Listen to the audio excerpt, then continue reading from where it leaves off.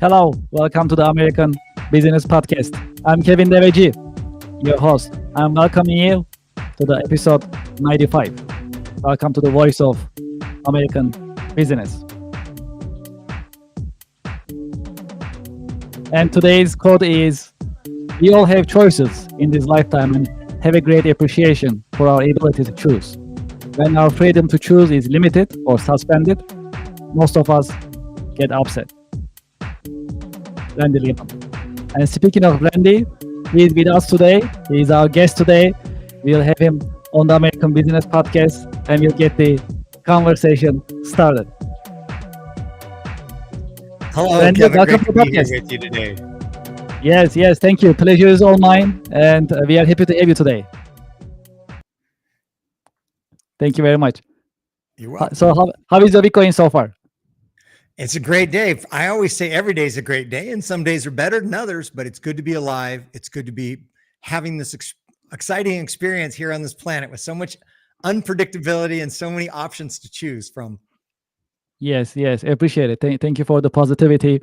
And we are also happy to start the episode as the quote of the day is from your book. And thank you very much also for sending your book. I truly appreciate it. The Third Element. I started to read it. I haven't finished it yet, but I enjoy it. Thank you very much. Maybe we can get the conversation started. You can tell us about your book as well. Tell us about yourself and your work to our audience and to our listeners, if that's okay. Yes, absolutely. So up until about 36 years ago, I was extremely left brain. I'm educated as a physicist. I'm a mechanical engineer with multiple patents, and I've been a business owner for 43 years now. But 35 years ago, I met a woman I spent 3 years with, and I talk about this in my book, The Third Element. Maria introduced me to the more emotional, spiritual, unseen, humanistic side of life. So life for me before that was all about thoughts and equations and facts and information and working hard. And in 1989, I was introduced to a different perspective on life. And now I've been able to incorporate that into everything I do. And I spent 25 years of my business life incorporating the spiritual principles that I had learned in my personal life. I incorporated those into my business and increased my business 30 and 40 times through changing the way I showed up and the way I interacted with the people who I was leading. That's really exciting. And can you also tell us about your book a little bit? A little introductions. I'll do the same. You can do the same. That's pretty cool. And tell us about your book, please. In general, and where our audience can get your book as well. That'd be great. Absolutely. So the book is based on my experiences, and it took me 4 years to write it. This is all about how the emotional component of being human interacts with the universal law of attraction to create our reality. And so I used to think I could just push my emotions aside and they wouldn't affect my reality. And it turns out that's not the case. And so I explain all the way down from a scientific point of view, all the way down to the nuclear physics level, how quantum really works with regards to creating our reality. And I make it so that people can understand every moment of every day is co-created for us, with the universe, to be a reflection of the energy of our thoughts, the energy of our actions, and the energy of our emotions, both our present emotions and our unhealed emotional wounds from the past. Now, a lot of people say, well, wait a minute, I can just think my way through life. Well, I used to think that, and I found a lot of success through education and hard work. But when I embraced the emotional aspect, that third element, the emotional aspect of the human experience, I found so much more success in my business, so much more peace, so much more fulfillment, and I was far more effective as a business leader.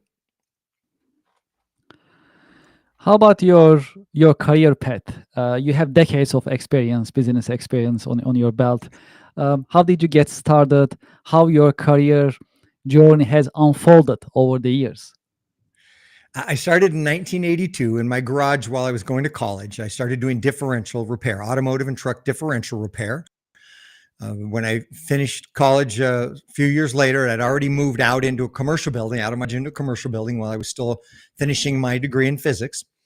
And then I started doing parts distribution in 1986. I sold those operations in 1996 and started over doing parts distribution. And I made the Inc. 500 list in 2003. I built that distribution business into 4 warehouses around the country and eventually started doing manufacturing in the US and overseas. I had machinery in the US and overseas, and we did a lot of contract manufacturing. So from differential repair to parts distribution to building our own brand of parts, designing our own parts, manufacturing our own parts. And it was a wonderful business. I got to work with a lot of great people who made it all possible. Yes, I was there with some ideas and I was the one who started it and put it all together, but I succeeded, the business succeeded because of the wonderful people I was able to attract and the wonderful people I was able to help coach and lead, and they brought their best game and they made it happen. And I sold all that 10 years ago. And then about 5 years ago, I decided I'm going to write a book and become an ongoing author and speaker and share with the rest of the world what helped me find success, what helped me find peace, what's helped me find fulfillment and improve my life. Because what I have accomplished is because of my different approach. And so I'm sharing that approach with the rest of the world. How about your day-to-day work? What are the exciting and challenging parts of your work on daily basis? Especially Well, after you publish your book, I'm sure you interact with other business professionals and businesses. It's a huge challenge because on the average, there's 11,000 books published every day. And it's business success for a long time has been about marketing. And it was a big factor in my last business. But now today, as an author, marketing is everything. And so I work with a team of 4 people, and we are continuing to develop workbooks and digital products that help people find their center and find peace. And I'm working on a series of fiction books, and I'm working on a book about business leadership. So it's about creating more material and then getting the attention of the world saying, hey, here's something of value that's going to help you have a better life. And the challenge in that marketing is the world is so dang busy today. It's not as easy as it was 20 years ago. It's true. What type of channels are you or is your team is using for marketing purposes? Well, we use as channels for marketing, we use social media. We do LinkedIn and Instagram and Facebook and TikTok and YouTube, primarily focusing on Instagram and on LinkedIn. And part of what I'm doing right now is we've already developed the program for coaching executives on how to show up differently and be more effective as leaders, and programs for their leadership team. So their leadership team can take and embody the same philosophy as their leader. And what it means is, what my program means is, I'm going to show up in a place of service. I'm going to show up so calm and confident that I can be vulnerable. And it's all about helping the people I work with and lead succeed. So those programs are another thing that we are selling in addition to books and other personal programs, is helping corporate leaders show up differently. And another thing that we are developing right now is helping women show up embracing their masculine without having to let go of the feminine and without having to be aggressive. There are masculine traits that they can embody that allow them to be effective in a man's world without having to be a bitch, without having to be aggressive, without having to be confrontational. There are ways to do that. And so myself and my team is 4 women who are all very powerful, effective women. And so that's a new part of what I'm offering, is helping women executives embrace their masculine. Now, at the same time, I've been helping men embrace their feminine traits and know that they can embrace being caring and compassionate and vulnerable and still be a man who's effective in leading from a place of providing and protection and providing direction. So we can embrace our masculine traits and our feminine traits, and they can exist in us without the two having to dissolve each other. So myself as a masculine man can embrace my feminine traits. Women can embrace their masculine traits, and we don't have to just mix them into this melting pot where everything's lost and undefined. And that's a big part of what I want to continue to do, is help leaders, because when we as leaders help empower our teams, our team members find their own strength.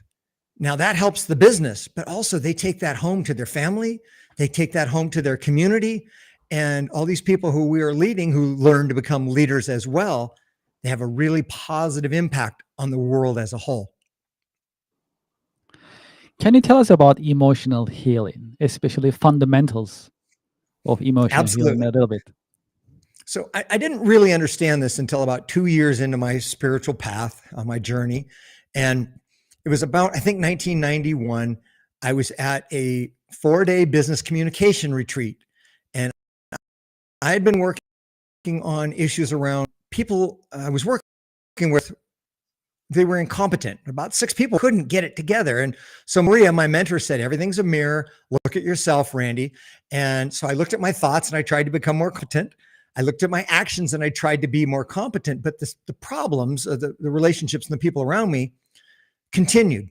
Well, at this 4-day retreat, I had a huge emotional release around something a family member had said. And I talk about this in my book, The Third Element. My uncle had said, I wish you were more like your friend John. He meant, I love you and I wish I could connect with you. All I heard when I was 17 years old was, I don't approve of you. So I worked really hard on being an overachiever for about 12 years based on this emotional wound that I didn't feel completely. And this wound drove me to success, but eventually I had to face it.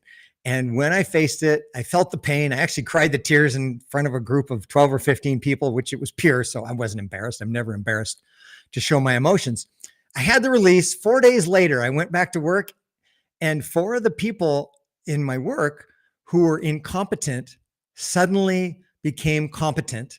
And 2 of the people who weren't competent left my life. And as a scientist, I always look at cause and effect. And I said, wait a minute, I had this emotional release and my physical reality changed. And once I saw that connection, I really dove into that. And that's been the main focus now for 35 years. How do our unprocessed emotional wounds that we're hanging on to, we all do as humans, how do those manifest in the world through our relationships, through the good luck and bad luck we have and all that? And that's where my work is helping people understand we can't just push down our emotions. It's a natural part of the human evolution. And as business leaders, when we address our emotional scars from the past and work through them, and in chapter 7 of the book, I cover 14 different ways to do that, then emotions aren't anything to be embarrassed about. They're a natural part of being human. And when we work through our own personal baggage, people can feel us more deeply,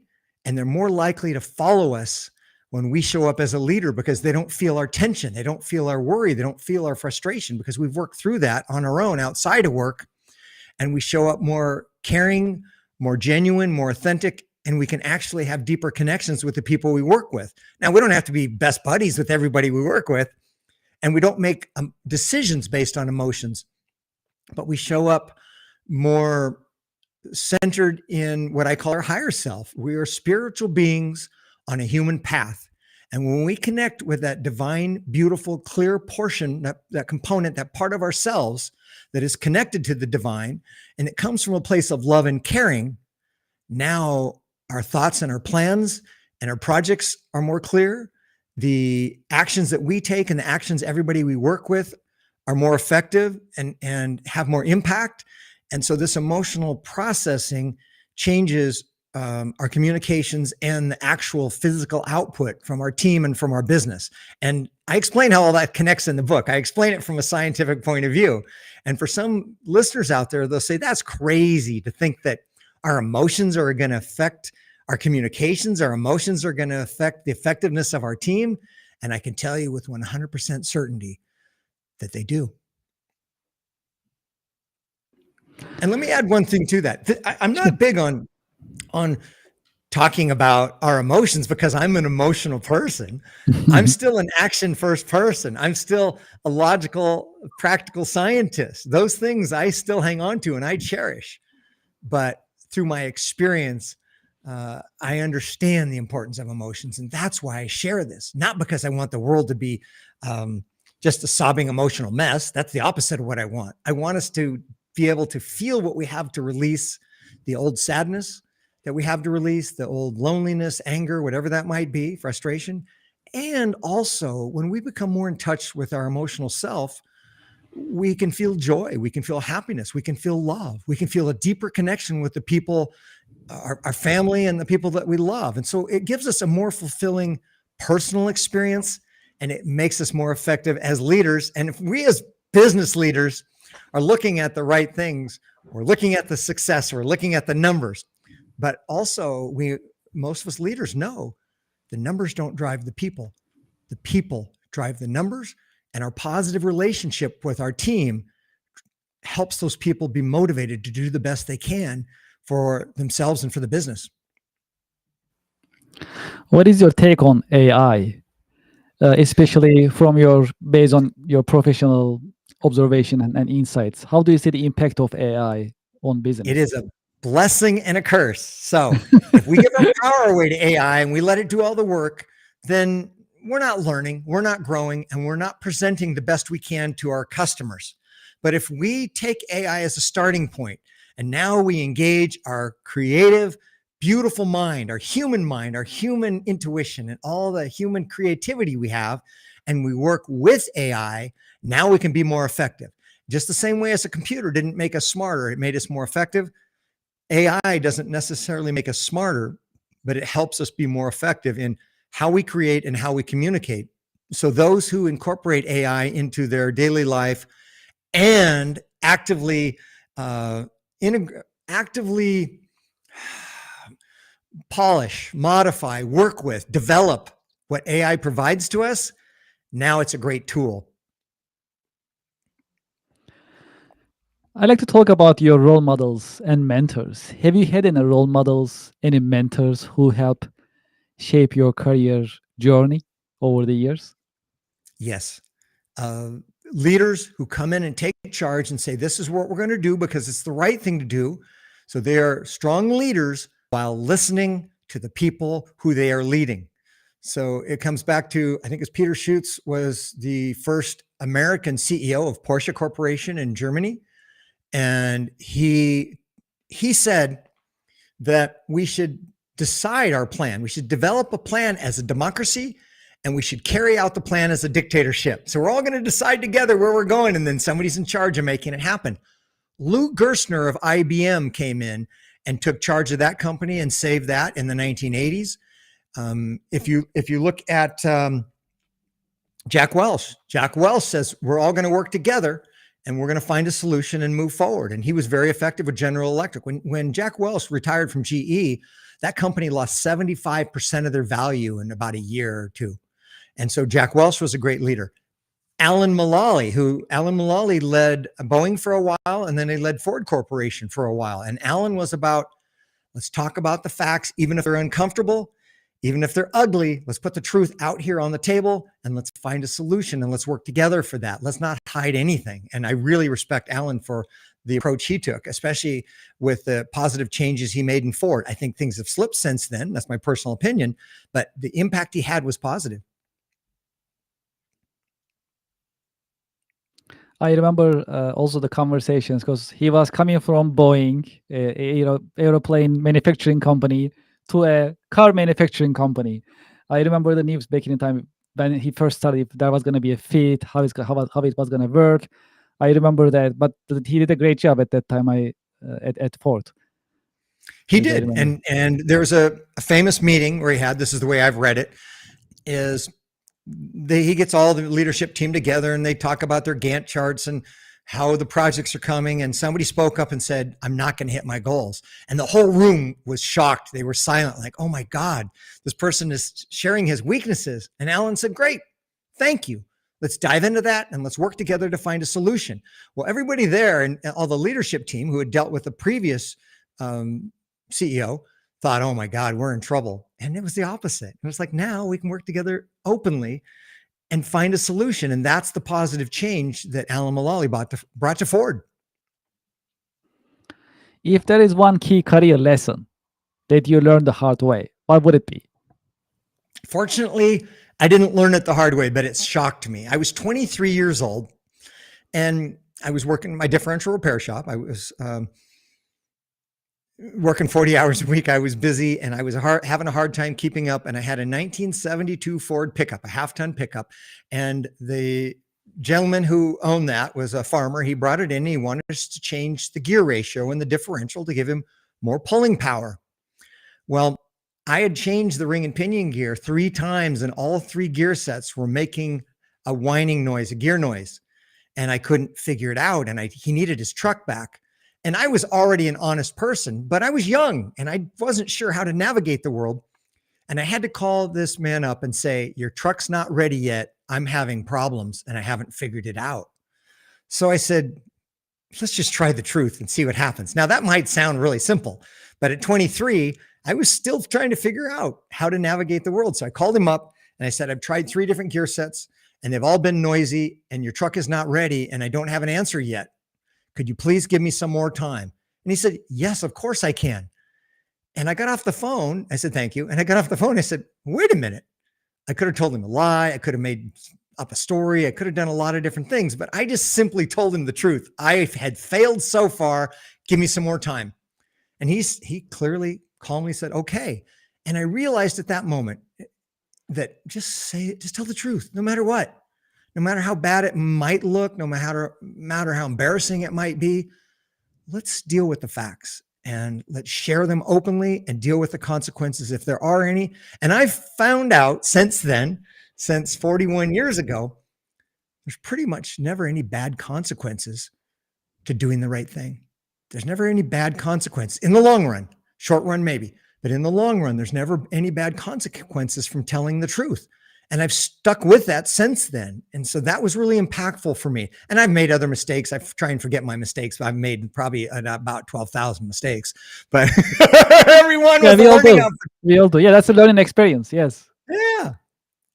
Absolutely. Well, is there a book, a show, a movie that helped shape your career perspective over the years?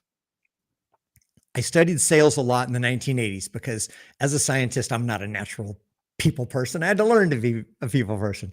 So Zig Ziglar, I used to listen to his books on cassette tape, back when cassette tapes were a thing in the 1980s. And one of his books, See You at the Top, was very effective for me.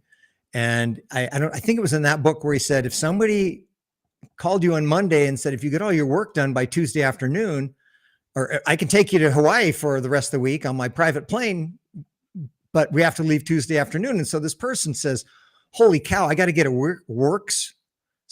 have to get 1 week, 5 days worth of work done in 2 days. And they did it. And then they thought afterwards, well, wait a minute, I could work this positively, this aggressively every day, and I could get so much more done. So why don't I just take this approach of let's get as much as we can done every day. Let's enjoy doing it and know the outcome is going to be good. We don't get the Hawaii vacation every time, but we get a better life. We stay on top of our details that need our time and attention because we change our approach. If you give a man 3 rooms to paint and you give him 3 days, it's going to take that man or woman, it's going to take that person 3 days to paint those 3 rooms. If you give the same person the same 3 rooms to paint and you tell them they only have 1 day, they're going to get it done in 1 day. So it's how we shape or how we frame the work in our mind and how we approach it. If you had a chance to go back history, personally or historically, to what time period would you like to go back and why? I would want to go back to the fall of Rome. As Rome began to fall and people knew Rome was crumbling, I would want to talk to the optimistic people there to do one of 2 things, or maybe both, to support people in a time of emotional turmoil. When things look like they're falling apart and we don't have answers, what did those people do to really help calm and motivate people around them? And also, what did those people do to help prolong the success and avoid the fall? How were they interacting with government? How were they interacting with businesses? How were those people acting during the fall of a great society in order to do what they could to improve what was left? Because we every day have the opportunity to motivate the people around us, and we have the opportunity to improve the business and the government around us. We don't have to wait until the fall, but it's in the extremes that we find the truth and we see the people who really stand out. Sometimes things are not going in our way. Sometimes we have challenges or hard time. How to stay motivated and inspired in times of challenges and hardship, especially at work? I have faith in good. I have faith that if I do the right thing, if I treat people with respect, and I always provide value, I'll always find a solution. Now, I might have some challenges along the way, and I always learn from those challenges. But if I believe that doing the right thing will bring a good outcome, it always has. Now, while I'm doing that, I have to keep my expectations high. I have to keep my standards high. And that's not always easy because people don't always like me when I come in with high standards and high expectations. But the right team members love high standards. The right team members love high expectations because they thrive in that environment. So do what's right and know that when we do, all aspects of the universe support us in ways that are seen and ways that are unseen. Well, we have our audience in general are business-minded professionals. And we also have a group of next generation professionals who are listening to us or watching us.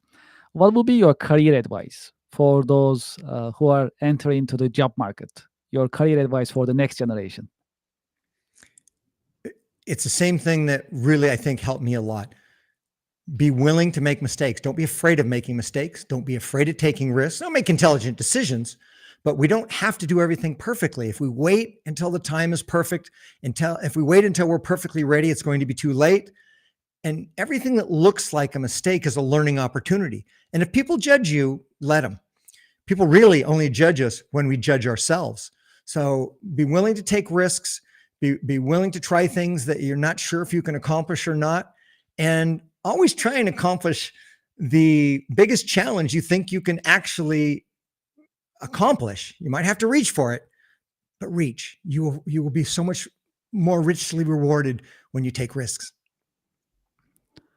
For those who like to continue this conversation, to learn about your company as well as your book, what is the best way to be in touch with you, in touch with your organization, and get and also order your book? Through my website, randylyman.com, and it's R-A-N-D, like on the screen if you're listening, RANDYLYMAN.com. You can get access to free offers, access to my book. You can see the recommended books list that I have, the books that have really helped me in the past, and also access to some workbooks I have and some digital portals that help people find a way to healing. Even if you don't think you have any emotional wounds from the past, we're all human. We all have something that we're ready to let go of and release and move forward. And I tell people, I've been on this path of healing and spiritual journey for 35 years, and I hope I'm halfway through.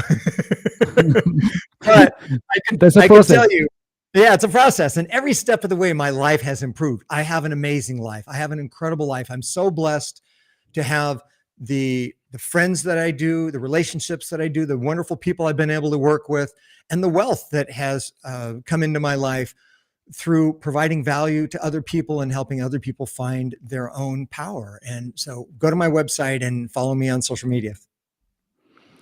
Randy, thank you so much for being with us. And again, thank you so much for your book. I truly appreciate it. I'll show it to our audience again. Very, very gracious of you. Very, very nice of you. Thank you so much for sending me your book. And thank you very much for being with us today. And thank you for sharing your professional insights and professional wisdom with us in the American Business Podcast. You're welcome, Kevin. And thank you for having me. This was a lot of fun. It's my pleasure, and I wish you a great week. And let's have a follow-up session episode as well in 2026. Absolutely, be happy to be on again. Thank you very much, and happy holidays. Happy holidays. Bye. Thank you. Well, to our audience and to our listeners, I hope you enjoyed today's episode 95. We are getting closer to the episode 100. Our goal is to pass 100 episodes this year. Right now we are in 95, so we are very very excited and motivated. I hope you enjoyed the conversation with Lyman, and it was actually very informative for us. And I hope you like it too. I also we also talk about his book as well that we can review on Amazon if you're interested, and follow up. If you'd like to be a guest in the American Business Podcast, you can send us an email, americanbusinesspodcast@gmail.com. We also welcome advertisers and sponsors, companies, organizations, and institutions who like to promote their products and services. You can reach out to us, americanbusinesspodcast@gmail.com. You can introduce, you can promote your products, your services in the American Business Podcast. We welcome it. And we have new sponsors and advertisers coming up. We have great connections so far, and they are coming in. So in coming episode, you'll be starting to hear about them, learn about them. So we are very, very excited in the American Business Podcast. We are also welcoming you to our website, americanpodcast.tv. When you visit our website, you can see our coming schedule. Also, you can see our coming guests. You'll learn more about the American Business Podcast and the team.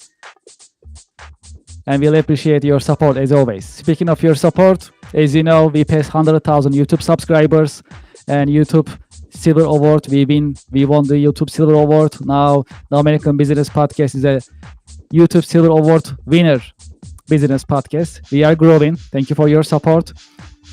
And thank you for your following, watching, viewing. We truly appreciate it. And if you haven't done so, please go to our YouTube channel. I'm going to put the QR code on the screen. You can scan this QR code on the screen. It'll take you directly to our YouTube channel. Please subscribe if you haven't done so. If you are feeling more generous, please put your comments in the chat box in YouTube channel and interact with us. We truly appreciate these interactions, your feedback, your thoughts. Very important to us. And YouTube is a great venue, great social media channel to make it happen. As you know, we put together monthly online networking event. We call this Connectional America Business Alliance, CABA in short. Our next online networking event is coming up November 21st at 10 a.m. If you're interested in promoting your products, services, as well as your organization, join us. Please scan this QR code. We have limited seating.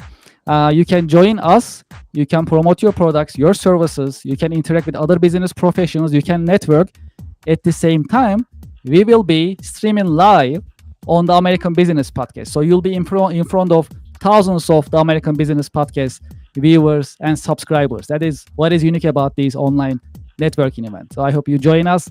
I have the QR code on the screen, and we have limited seating. So today is a great day to register and join us. Ms. Excel. If you are interested in learning about Excel and other business software systems coming from Microsoft, consider Ms. Excel. They have a catalog of courses available on their website.